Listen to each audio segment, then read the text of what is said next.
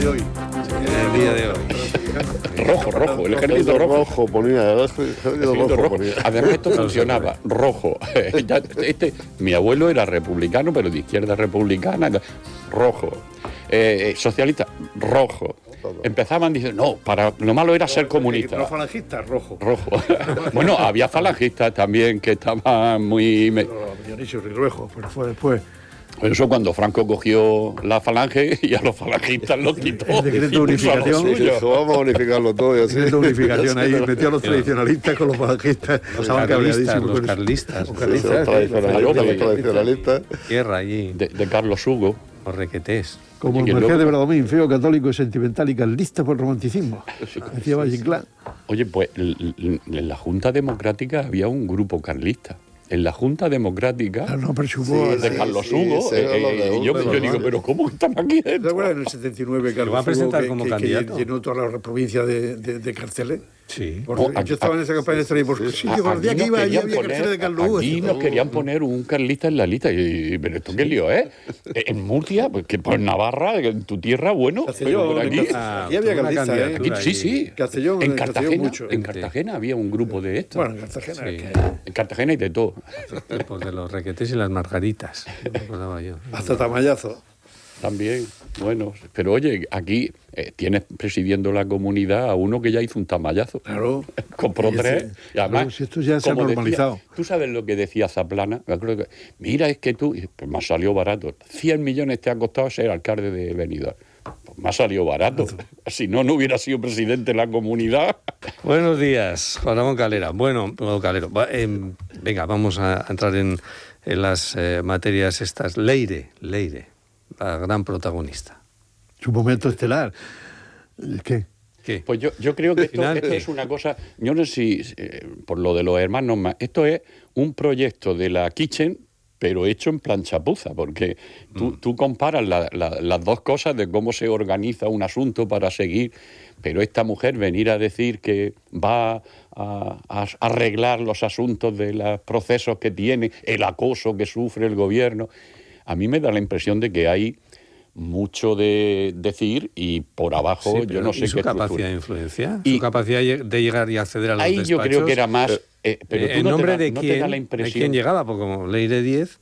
Hombre, no era Leire Díez, era Santos, era la organización, pero esto de presumir y decir de lo que voy a hacer, y luego los efectos reales, porque la verdad es que el efecto real que ha tenido, no sé, a mí me da la impresión de que una operación, si es que existe la presunción de inocencia vaya por delante, es una chapuza muy inflada que ahora interesa poner porque está la Kitchen. Es decir, aquí hay dos operaciones en marcha que contrarrestan. Por un lado, la financiación, que ya fue un proceso con condena de financiación del partido, hay que buscar una financiación, y la Kitchen, que está organizado con el Estado, con policía y con gobierno organizado. Vamos a montarla en el otro lado.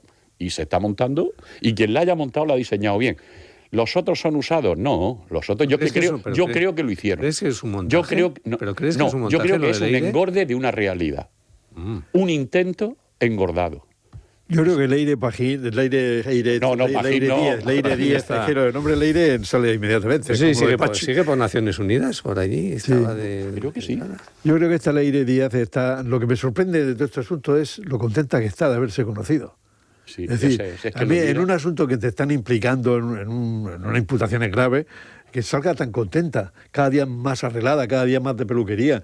La verdad es que me sorprende muchísimo que esté tan contenta de esta hora estelar que está viviendo ella, para empezar. Y en segundo lugar, yo sinceramente no la creo con capacidad de organizar nada serio. Que alguien se lo haya organizado es posible, que alguien haya intentado echar una mano es posible, pero claro, los afectados están negándolo todo. Pues cuando dicen, le han ofrecido a un fiscal, pero el fiscal, a mí no me han ofrecido nada. Sí, yo como funcionario, yo tuve 2 o 3 ocasiones en que me ofrecieron cosas y las rechacé, por supuesto. Pero cuando ya se entera la gente de que no aceptan nada, ya ni siquiera te ofrecen no comprarte, ni siquiera alquilarte. Y entonces yo creo que si la gente está diciendo, mira, yo no he sido, yo no he recibido nada, no es que fue a ver al fiscal tal, para que... Habrá que probar todo esto. Pero yo a ella no la veo con capacidad de organizar una estructura. Ahí lo que está ahora es si estaba implicada o cómo la directora de la Guardia Civil aceptó, recibió o no sé qué. Eso es lo que están intentando. Pero tú ves la imagen... ¿Por qué se niega lo que luego se demuestra? Pues, es decir, y luego tiene que recular. Pues, el ministro del puede Interior, ser por dos razones. Fernando Grande Marlaska, no. ha hecho un papelón. Sí. Porque hace 7 días decía que no, y ayer... Lo que le decía, la dijo la directora. Sí. Y entonces uno no puede estaba decir... el informe de la UCO. Sí. La verdad es que entonces, el negar lo que no sabes puede decir no lo sé. La equivocación del ministro o de la directora es decir, no lo sé. No le das ninguna credibilidad entonces al informe de la UCO, que ya estaba diciendo que había habido reuniones. Es que hay informes de la UCO... Tú sales como ministro y dices no. Pero el informe de la UCO está diciendo ahora mismo que a Narbona, Cerdán le dijo no sé qué, ya hemos metido a la presidenta del Partido Socialista. Y también dice que uno del PNV fue intermedio, no sé, pero no dice quién fue ni nada de nada. Hay cosas, entonces, hay actuaciones de la UCO. Yo creo que a veces están... inducir cosas me parece que no tiene mucho sentido. Aquí deberíamos de ver, cuando hay un asesinato hay que buscar el cadáver. Y entonces buscas también al asesino. Pero aquí parece que esto no ha tenido ninguna consecuencia. O sea, aquí dicen, no, es que intentó comprar a no sé quién, pero resulta que es que no sé quién que intentó comprar dice que no. El otro no sé qué. Esto parece que una señora que tenía, es verdad que tenía contacto, es verdad que alguien le facilitó que entrara a determinados despachos, pero esta señora al final no hizo absolutamente que sepamos nada. Entonces al final no hizo nada. Esto es una mera chapuza y una conversación de bar. Pero que efectivamente se ha agrandado todo lo que queramos agrandarlo. Entra ayer la Guardia Civil en tubos reunidos y busca documentación. Bueno, pues porque supuestamente un señor del PNV, que no sabemos quién es, con esta señora o con otro del Partido Socialista, pidieron que le dieran una subvención. Aquí lo que se trata es de imputar a Pedro Sánchez cuanto antes. Efectivamente. Ese es el planteamiento y eso lo vamos a ver dentro de un par de semanas o así, que ya empezarán a decir que Pedro Sánchez, y por eso andan con lo de la financiación irregular y con esas cosas. Pero yo con respecto a los informes de la Guardia Civil, para mí la Guardia Civil me merece muchísimo respeto. Sin embargo, sus informes, por mi experiencia profesional, están llenos de conclusiones. Y lo que se pide a la UCO es que detecte y constate hechos. Hechos, no conclusiones. Yo no le pido conclusiones. Yo he manejado los informes de la UCO, los delitos tributarios y los delitos de subvenciones de la Unión Europea, y cuando detectaban los hechos, eran los hechos. Es decir, si un señor había declarado que había comprado tantas naranjas en tal naranjal, resultaba que ese naranjal no existía, eso era un hecho. Pero de ahí deducir que hay un fraude a una subvención es una conclusión que ya no le corresponde a la UCO. Entonces, existe el problema en España de que todo el mundo se coloca en un plano de superioridad moral que no está justificada. Eso atenta al principio de igualdad. Yo creo que aquí, en superioridad moral en este país no tiene nadie. Ni la izquierda sobre la derecha, ni la derecha sobre la izquierda, ni la UCO sobre los no UCO. No tiene nadie superioridad moral. Hay que ser más humildes y entonces partir y definir claramente cuáles son las funciones de cada uno. Hay una línea... pero el juez Pedra de la Audiencia Nacional tendrá un criterio. Sí. Cuando le llega un informe de la UCO y puede... Sí, pero puede llegar a la conclusión que estáis llegando vosotros, o puede llegar a la conclusión de que ahí hay algo que merece la pena investigar. Sí, pero ahora estamos asistiendo a una línea de investigación prospectiva. No es la UCO la que acusa. La UCO propone. Propone, no hace conclusiones. Pero la UCO da conclusiones, efectivamente. Y la conclusión no la puede hacer, tiene que hacer datos. Hechos induce. Ha inducido que el Juan de no sé qué es Pedro Sánchez. Ya está demostrado que esto es tal. Y lo induce la UCO. ¿Usted quién es para inducir eso? En cualquier caso, una misión policial es detectar, localizar y demostrar estos hechos. Probar, buscar los datos, las pruebas de que esto ha sucedido. Lo que no es que la UCO promueve al juez. Esto lo acabamos de leer ayer. La UCO promueve al juez que le diga que va a buscar esto para llegar por allá. El juez le da cierta credibilidad al informe de la UCO. Y lo da a la prensa. ¿Desde cuándo esto ha sido así? ¿Desde cuándo ha sido así? No, pasa... Ya ha sido así, pero antes no era así. Es decir, el juez directamente tiene una policía judicial que administra y gestiona, que no lanza a la prensa. No es una estructura de relación con la prensa. ¿Qué no se ha filtrado en este país? Bueno, nada, sí. Hay cosas que no se han filtrado. Tenemos un condenado por filtración caso político, y los demás no parece que se investigue ninguno. No, porque ese fue condenado porque podía haber sido él o cualquiera de su entorno. Eso es ya en la leche. Sí, pero eso... ¿Quién nos ha filtrado? Siguiendo tu razonamiento, ¿quién nos ha filtrado aquí? ¿Qué no se ha filtrado? pero tenemos condenado al fiscal general que no se aprobó, que ha filtrado.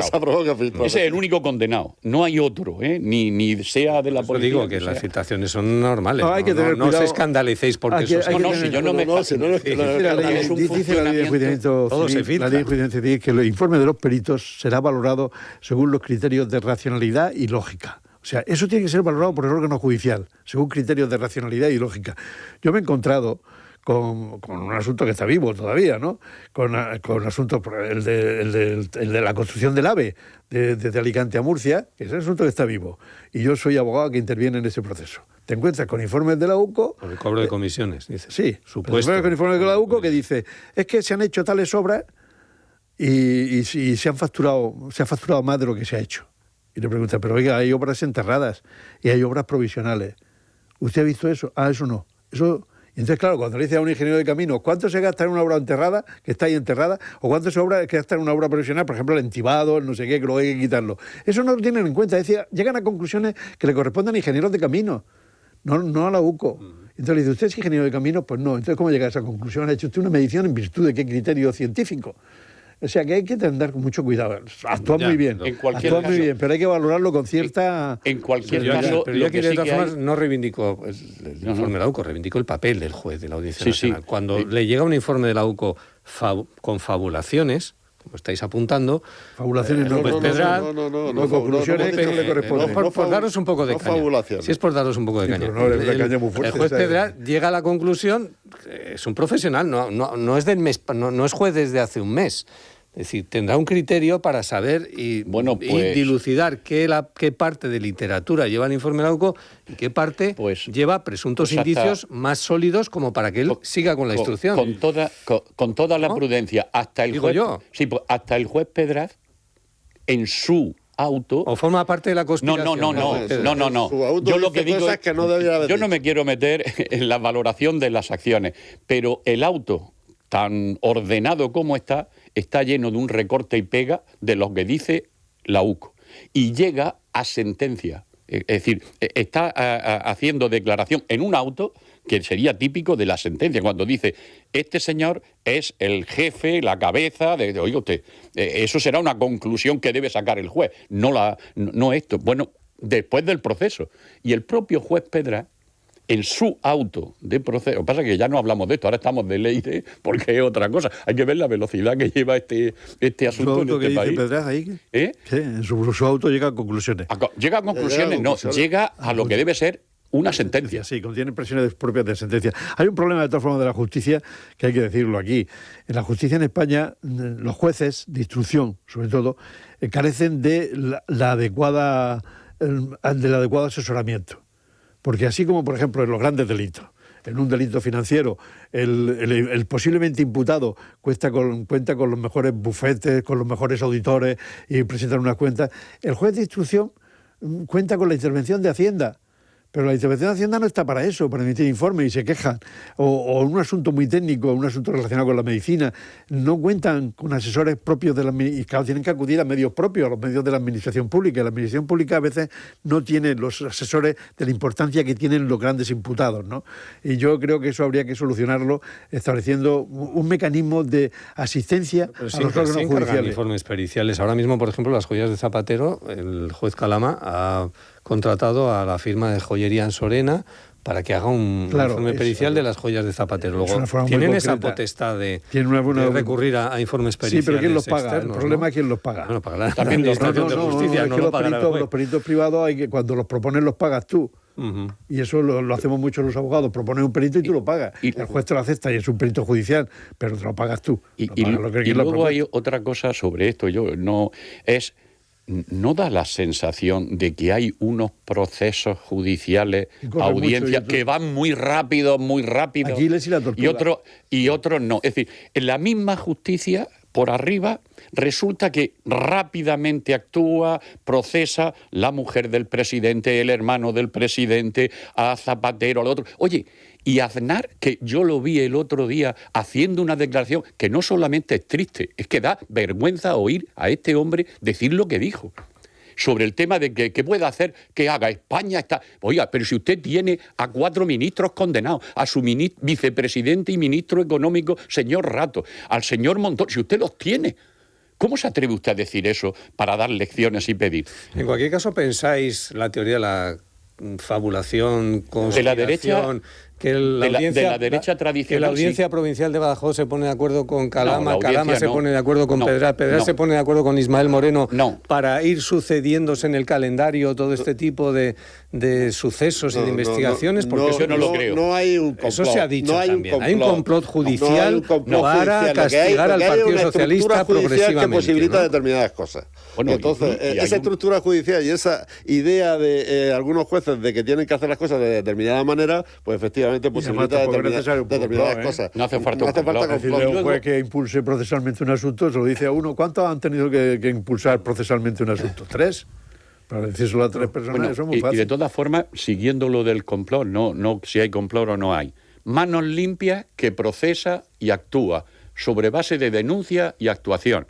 Luego tenemos una determinada estructura mediática muy bien sopada y muy bien financiada con recursos que lo proyecta. Y luego una administración de justicia que actúa. ¿Eso es verdad? ¿Ha funcionado o no funciona? ¿Cómo se está actuando sobre Begoña? ¿Cómo se está actuando sobre Begoña? ¿Cómo? Entonces, manos limpias. No, yo creo que hay la un teoría sector. De la conspiración, esto viene de aquello tan famoso de todo está atado y bien atado. Y hay unas personas que viniendo de eso creen que lo tienen. Eso es de Franco, ¿no? Sí. Pues es que viene de los que vienen de esos sectores.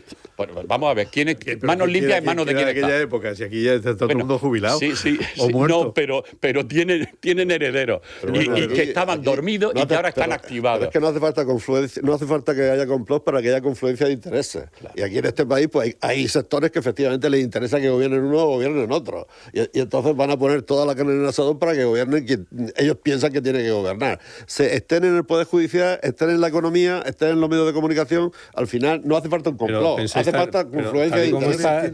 Tal y como está el estado de la opinión pública desde hace ya 3 años, más o 4, ¿pensáis que eso era necesario? Quiero decir, para que lleguen unas elecciones... Es que hay algunos que tienen prisa, es que hay algunos que tienen prisa. El PP que ya ganó las elecciones... ganó las elecciones, pero no las ganó el Partido Socialista. Pero no las ganó el Partido Socialista. Tiene 2 movimientos. ¿Pensáis que tiene encuesta tras encuesta aquí la posibilidad de una mayoría absoluta en el Congreso de los Diputados, PP, Vox? De eso no se viene hablando hace 3 meses. Toda operación de acoso y derribo político tiene 2 fases. La primera fase es convencer a la sociedad de que la venida de mi fuerza política es inevitable. Y a partir de ese convencimiento se mueven todos los pelotas que hay en este país para prosperar.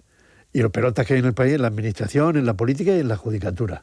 Porque aquí en la judicatura, si no te propone una asociación, no asciendes al Tribunal Supremo ni asciendes a la Audiencia Nacional. Y entonces todo el mundo va tomando posiciones. Entonces te encuentras a personas sensatas y razonables que tienen muchos años y que te dicen, es que lo que está ocurriendo es absolutamente insoportable. Es que esa es la sensación que quieren crear. Y ese está acercándose ahora mismo al PP. Cosa que antes estaba crítico. Claro, pues sí, eso está así. Pero los que quieran aceptarlo, que lo acepten, y los que no lo aceptamos, pues lo decimos, no lo aceptamos. Y es acelerar la cosa, porque no se trata... Es decir, tú decías el resultado electoral. En el año 79, en Murcia ciudad, el más votado era la UCD, 13 concejales. 12 el PSOE y 2 el PC. Pero no gobernó la UCD. Gobernó José María Aroca Ruiz Funes. Año 79, recién venida la democracia. Es que esa es la estructura que tenemos nosotros. El más votado no es el que ha ganado. El que gana es el que gobierna. Y el que gobierna es el que con la representación que los ciudadanos le dan compone una propuesta de gobierno.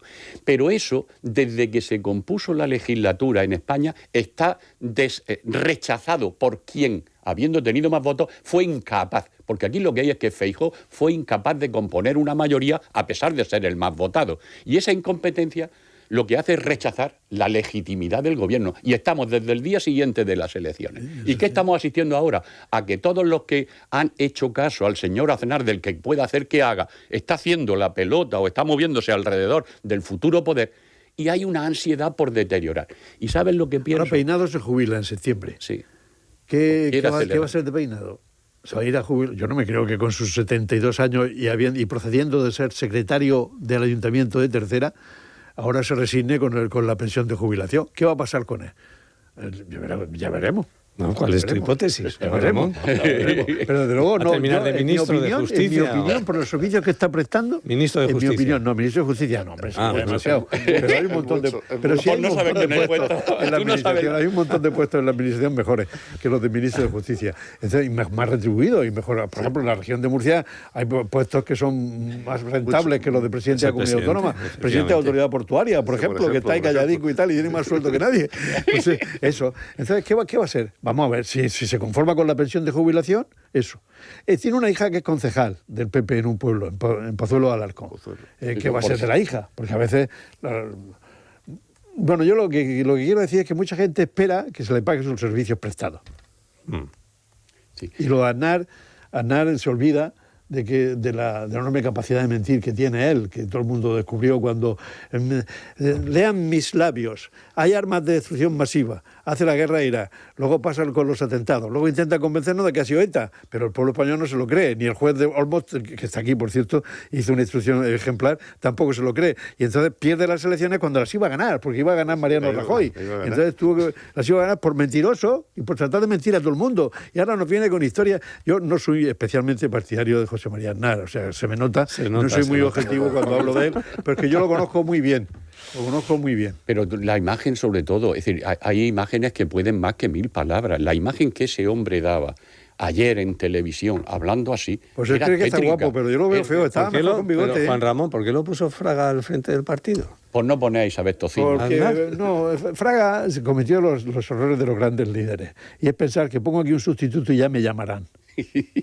Y no sabe que en la política no hay delfines. En la política solamente hay tiburones, pero delfines no hay. Y puso a este señor que iba de Bambi, estaba de presidente de Castilla y León con los votos del CDS, y vino aquí a Murcia, si me pidió a mí José María Aznar, es que lo conozco muy bien, vino aquí a Murcia, cuando estaba Fraga aquí, me dijo, ¿me dejas que desayune con él en el Siete Coronas? Que era que tenía que convencerlo. Todo el mundo pensaba que iba a ser Isabel Tocino, que era una mujer de valía y tal, y este chico no valía.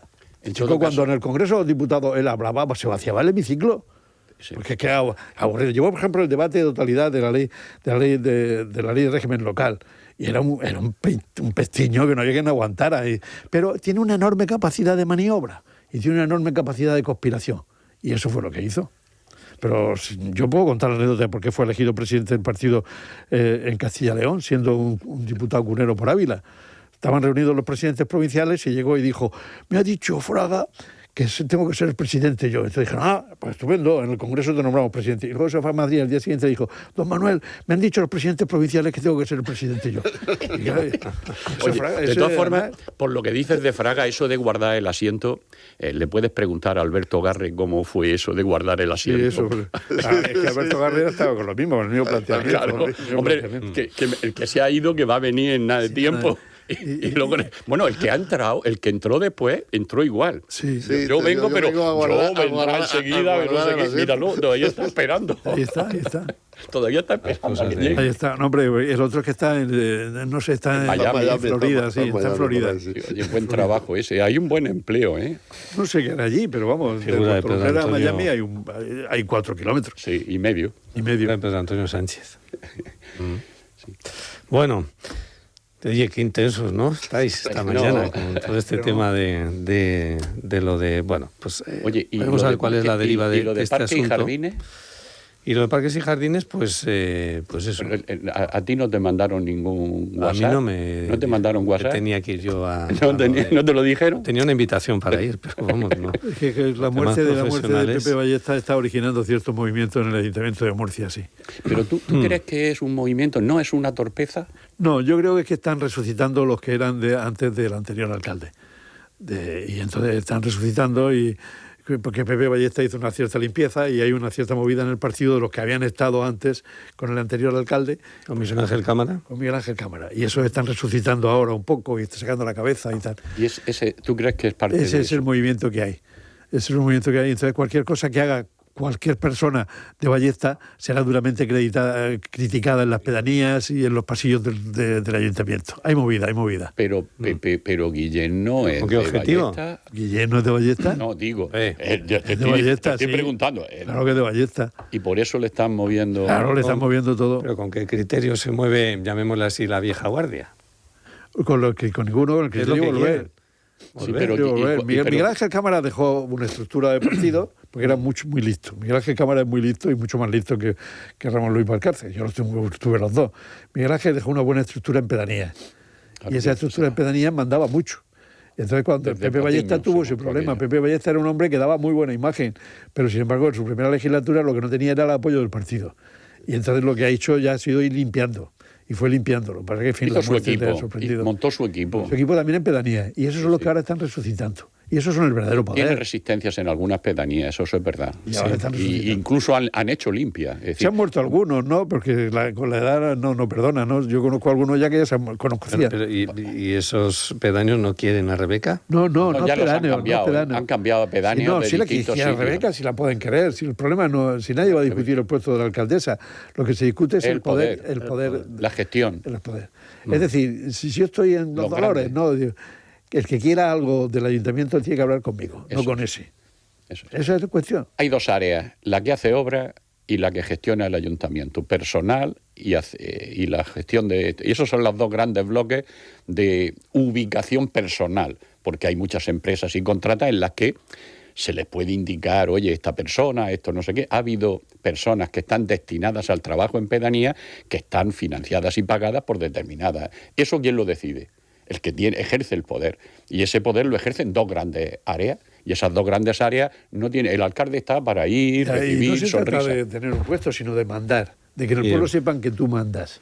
Eso es muy importante. Me recuerda a lo que me contaba Cruz Martínez de Teruel de cuando Franco organizó el referéndum en 1968, que salió, pues en Asturias salió al 100%. Y entonces el gobernador civil de Asturias reunió a todos los alcaldes para darles las gracias. Y contaba Cruz Martínez de Teruel. Y entonces salió el alcalde de un pueblo de 100 almas y le dijo, señor gobernador, no tiene usted que darnos las gracias. Se las tenemos que dar nosotros a usted, porque mandar es más bonito que joder. Pues no ha cambiado mucho el asunto, ¿sabes? Pero bueno, Rebeca va a ser la candidata, ¿no? En mayo del 27 se vinieron hablando de varios nombres. Yo creo que ese es el asiento. Por lo que dice Juan Ramón, hay necesidad de ubicarse en el nuevo escenario. No estaba preparado el equipo que trae Ballesta para no situarse sin Ballesta. Y en los partidos, conociendo lo que son las organizaciones por dentro, es muy importante el que figura y el que manda para que luego se proyecta. Entonces, hay movimientos en el seno de la propia organización que tiene que sincronizarse. Y yo no veo que el partido esté acomodado a una figura sin saber quién va a poner a estos que van a decidir. Pero Rebeca goza del apoyo de los técnicos del ayuntamiento, pues eso es muy bueno, eso es bueno, de los políticos de su grupo y de algunas pedanías, porque ella procede también de pedanías. Y es una buena mujer, que es una buena relaciones públicas y una buena gestora.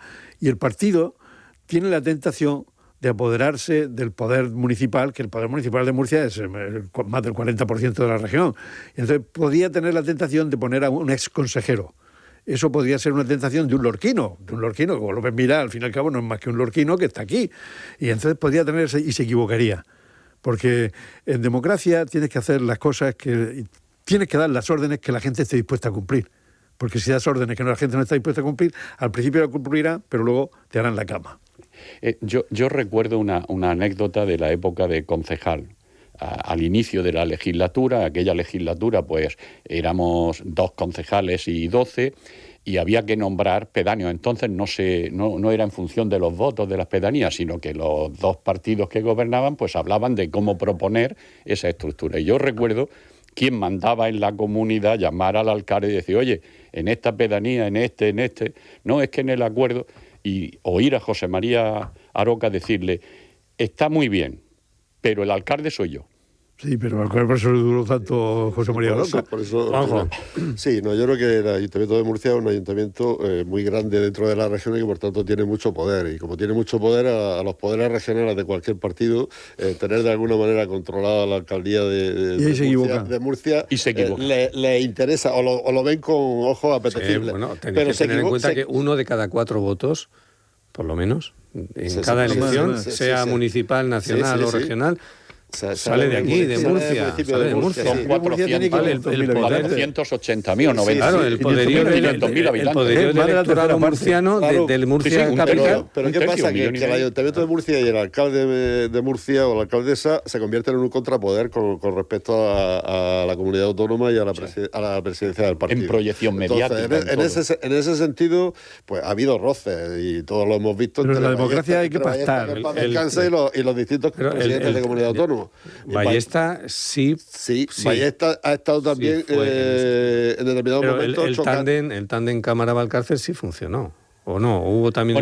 terminó chocando, pero bueno, fueron años, fueron bastantes años de... Empezaron juntos. Claro. Empezaron juntos porque Miguel Ángel era mi secretario general, claro, y Ramón Luis mi vicepresidente favorito. Sí. Y entonces se unieron al final. No, me apoyaron hasta el final. Lo que pasa es que cuando ya le dijeron, oye, que si queréis que vuestra carrera política siga, no podéis seguir apoyando a Juan Ramón. Entonces ya me dejaron, pero lo cual era lógico también. Tampoco se iban a sacrificar ellos como las viudas hindúes en la pira funeraria. Y se fueron. Miguel Ángel era más listo que Ramón Luis. Ramón Luis era más grandilocuente, por no decir otra cosa. Y bueno, y se llevaron bien porque el temor que tenían es que yo volviera al partido. Yo me di de baja enseguida para que no tuvieran ese temor y para que no me dieran de baja cuando dijera 4 cosas, ¿no? Pero luego decían que se iba a organizar un partido regional y ya ni bien yo constituía una amenaza, pues ellos estaban apoyados por Madrid. El problema es cuando ya dejé yo claro que yo no era ninguna amenaza porque no pensaba volver a la política. Entonces ya empezaron cada uno por su... Y ahí empezaron a tener ciertas diferencias. Hay una capacidad de gestión del ayuntamiento en peso económico, en proyección pública muy... Tiene el Ayuntamiento de Murcia como alcalde más proyección que la Asamblea Regional y toda la estructura de Asamblea Regional. Ese es un poder no solamente de proyección pública, luego presupuestario, de hacer, de influencia. El plan de obra y servicios lo hacía la Diputación y lo hace el Gobierno regional con invertir aquí, allá. Pero el Ayuntamiento de Murcia hace su propio plan. Sí. Y coge de ese plan de obra y servicios para sus pedanías. Entonces tiene un peso y muy importante. Y termina chocando cuando las esferas de influencia chocan. Y eso le pasó, a Ballesta le ha pasado en su etapa, cuando él quiere ejercer, porque Ballesta siempre ha sido un hombre de proyección. Sí, y venía de la universidad y él quería hacer una gestión, de proyección por encima del bien y del mal. Como alternativa el PSOE, después de los tiempos de Aroca y de Pepe Méndez, luego no ha acertado con un candidato o candidata... Bódalo siguió, estuvo antes que Bódalo. Ahí también tuvimos parte... Pero luego no... Ahí también tuvimos parte de lo que estaba contando Juan Ramón. Acertar con un candidato y con un... 79-83 José María Aroca. 83-87 Antonio Bódalo y después Pepe Méndez, que ha sido el alcalde que más tiempo ha durado porque se metió hasta el 95, porque por medio en el 91 le metimos una moción de censura que no la abortó. Ya, pero no es eso, no solo la moción de censura. Dice un tamallazo también. No, es que sí, pero eso fue después. En el 91 lo que se produjo es que el CDS que lideraba Adolfo y Valcárcel, que tenían mayoría, no se pusieron de acuerdo. Y entonces dejaron gobernar a Pepe Méndez en minoría con el acuerdo con Izquierda Unida. En el 91 gobernaron en minoría el pacto Izquierda Unida. Ya empezaron a pasarse del CDS al PP. Y ya aquello se trastocó. Y entonces vino la moción de censura que él dice. La moción de censura que preparamos y tal, pero luego... Pero siempre ha habido, lo digo por el razonamiento, siempre ha habido desde el gobierno regional ese recelo a que no se me salga esto más con una proyección pública que aspire a mi competencia. Pero además hay otra razón, mira, yo creo que en las grandes poblaciones el tirón del candidato es importante, pero el tirón del partido también. Así, en Campos del Río lo importante es tener un candidato, pero en Murcia es la marca. Votas al PSOE o votas al PP. Y el candidato también. El candidato también ¿eh? Cuenta, pero menos, cuanto más grande es la ciudad, menos cuenta el candidato. Menos cuenta el candidato. Consta la marca, igual que en las generales. Tú dices, vamos a un sistema de listas abiertas. El Senado son listas abiertas. Lo que hacen son cerrarlas y son los partidos. El primero saca 3 y el segundo saca 1. Eso es así, ¿no? Entonces, en Murcia, desde la caída de Carlos Collado, el Partido Socialista no levanta cabeza. Entonces se tiene que preguntar por qué. Porque ahora además el Partido Socialista está obedeciendo instrucciones de Madrid y entonces resulta que está en contra de los trasvases, está en contra de le echan culpa a los agricultores del campo de Cartagena, y eso es un montón de votos que están perdiendo, y el PP se frota las manos y ahí lo espera. Yo creo que en eso del trasvase hay más exageración de fuera que de aquí. Y yo no le he oído a nadie del Partido Socialista decir que está en contra del trasvase. Yo sí. ¿Tú a quién se le has oído? A Rosa Peñalver, aquí en esta emisora. ¿Le has oído eso? Sí, no son trasvasistas. Claro, como obedecen consignas de Madrid... Pues yo he oído discusiones y he estado, y hay un sector muy importante que defiende el trasvase junto con otras actuaciones que pueden haber. Creo que aquí lo que pasa es que se está defendiendo el trasvase por parte del Partido Socialista, pero al mismo tiempo no se piensa que solamente con el trasvase eso es lo que se dice ahora, y eso es correcto. Claro, y gracias a una señora que antes he citado y que la están nombrando ahora con el caso Leire, pues probablemente estamos bebiendo agua aquí sin problemas, porque las desaladoras que hizo aquella señora, la señora Narbona, que había escraches cada vez que venía por aquí y la seguían y le decían que no sé qué, bueno, pues gracias a esa señora y a esas desaladoras, pues probabmente aquí... Cristina Narbona, ¿no? Sí, Cristina Narbona. Es que es la presidenta ahora mismo del PSOE. Y de todas formas, por volver a lo del PSOE, al PSOE no está en contra al PSOE le ha... Tú has radiografiado el primer follón, que es el de... Carlos Collado. No, pero ese no fue el primero.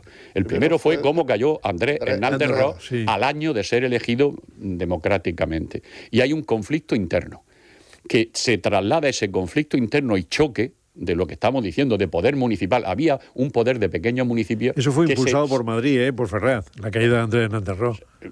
Y luego por los conflictos que aquí aparecieron o salieron. Por entonces, las cosas que hacía Andrés. Yo estuve ayer en un acto de reconocimiento de los 3 primeros gobiernos socialistas, que la verdad es que el esfuerzo de montar la región, desde el año 82-83 al año 95... ¿Tú también, Juanjo? Sí, a él fue uno de los homenajeados. Uno de los homenajeados. Sí. Había una preautonomía en donde también... En tu calidad de consejero, entonces. Los 4 de UCD y se volcaron. Pero fíjate qué cosa más diferente. Ahí UCD y PSOE se volcaron en componer una región que estaba complicada porque estábamos en la frontera de Andalucía, Valencia. Tú sabes que Andrés Hernández Ross al principio no creía en la autonomía, decía que eso no es invención de los Egea. Porque no se fiaba de los Egeas. No se fiaba de los Egea. Bueno, pero por lo que te iba diciendo del razonamiento, y ayer hubo unas palabras, yo no soy santo de devoción de Carlos Collado. Yo no creo que hiciese una magnífica gestión. Por contra de Pepe Méndez y tú. Hay una anécdota buenísima tuya. No sí, bueno, cuando Miguel te reprochó, Miguel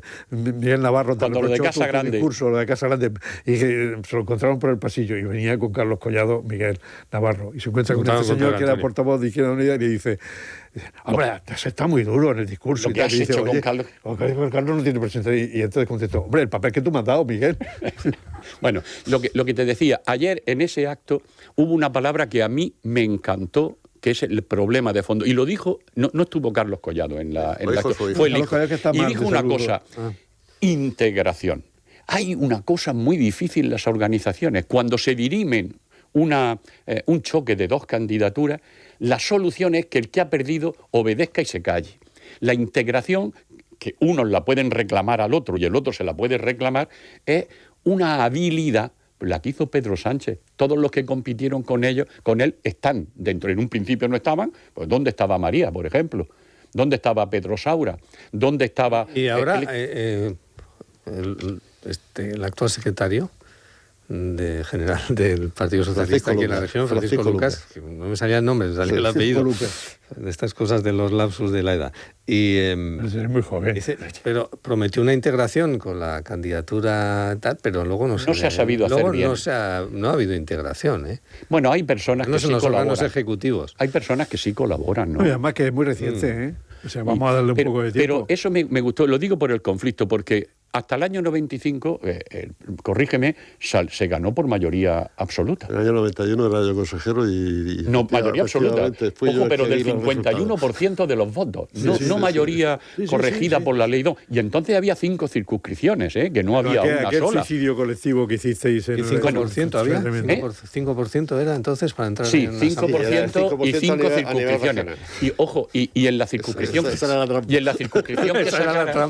Y en la circunscripción que sacaras el diputado tenías que tener también el 5%. Claro, 5, no podías no tenerlo. Lo que digo es que aquel conflicto de fracción y de pelea interna que hacía chocar ayuntamientos, porque los enanos nacen de los ayuntamientos pequeños no bien atendidos. Es decir, Andrés se vuelve a Cartagena y Murcia. No crecieron, se quedaron enanos.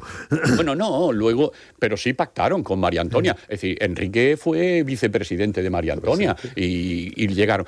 No lo resolvieron bien. Y Madrid se acostó, la dirección de Madrid del PSOE se acostó apostando por un conflicto y no por una solución. Y al apostar por un conflicto y no por una solución, está pagándose una mayoría absoluta. Es que Valcárcel, que entonces, yo no digo que fuese muy grandilocuente, venía de la rondalla y de tocar, pero no era un hombre, había perdido la alcaldía de Murcia. Los Auroros, y bueno, por lo que sé. No, estaba en un bando, en un grupo regional, no sé si era Salcillo, uno de ellos. Sí, y resulta que gana las elecciones, pero no la gana por el bloqueo que tenía. Nosotros sacamos en esas elecciones 4 diputados. Es decir, que creció después Izquierda Unida pasó a 1, porque volvieron y no lo recuperó el PSOE. Y ahora con una circunscripción única, que batallamos por una circunscripción única. Bueno, fíjate que la diferencia entre el PSOE y el PP tuvo un conflicto también en aquella época, es que me fui yo, que era el presidente regional 11 años. Eso fue antes. Pero no, luego yo estuve en la Asamblea Regional y yo no me fui al grupo mixto. Sí, yo me quedé de portavoz del grupo hasta el final, y no dije nada y no repliqué, me callé, que es la solución que hay que dar en estos casos, por amor al partido y por respeto al partido. 2 años después me di de baja. En el PSOE tampoco se fueron al grupo mixto, pero bueno, hubo conflictos. Me vinieron 2 diputados. Yo en el grupo empecé yo solo y terminé 4. La moción de censura estaba planteando... No tuvo que ver con eso. No, tuvo que ver más con lo de la OTAN. Con otras cosas. Entonces, yo viví muy intensamente los 2 conflictos, el de Andrés y el de Carlos. Estaba muy dentro de la historia. Y efectivamente lo que se produjo fue una gran quiebra dentro del partido, porque efectivamente habían 3 familias y siempre jugaban 2 contra 1. Iban cambiando las 2 y cambiaban de bando. Presentamos una moción de censura porque era obligado. A mí me llamó Mariano Rajoy y dijo, sí, la presentamos, aunque yo ya estaba fuera de la política. Lo presentamos y era yo el candidato. Estaba yo leyendo el discurso de investidura y los socialistas se estaban dedicando a pasarse un papel para firmar pidiendo la dimisión de Carlos Collado. Y lo hicieron y se cargaron la moción. El único que no firmó el papel fue Esteban. Esteban no lo firmó, pero allí se lo presentaban a todo el mundo. Era el que había sido alcalde de Bullas. Esteban sí, que fue el consejero de Cultura. Bueno, adiós. Buen fin de semana. Viejos recordamos esta historia. Mejor que queremos. Oye, nos estamos aquí con Fresquingo y todo. Gracias, Antonio. Juan Ramón Calero.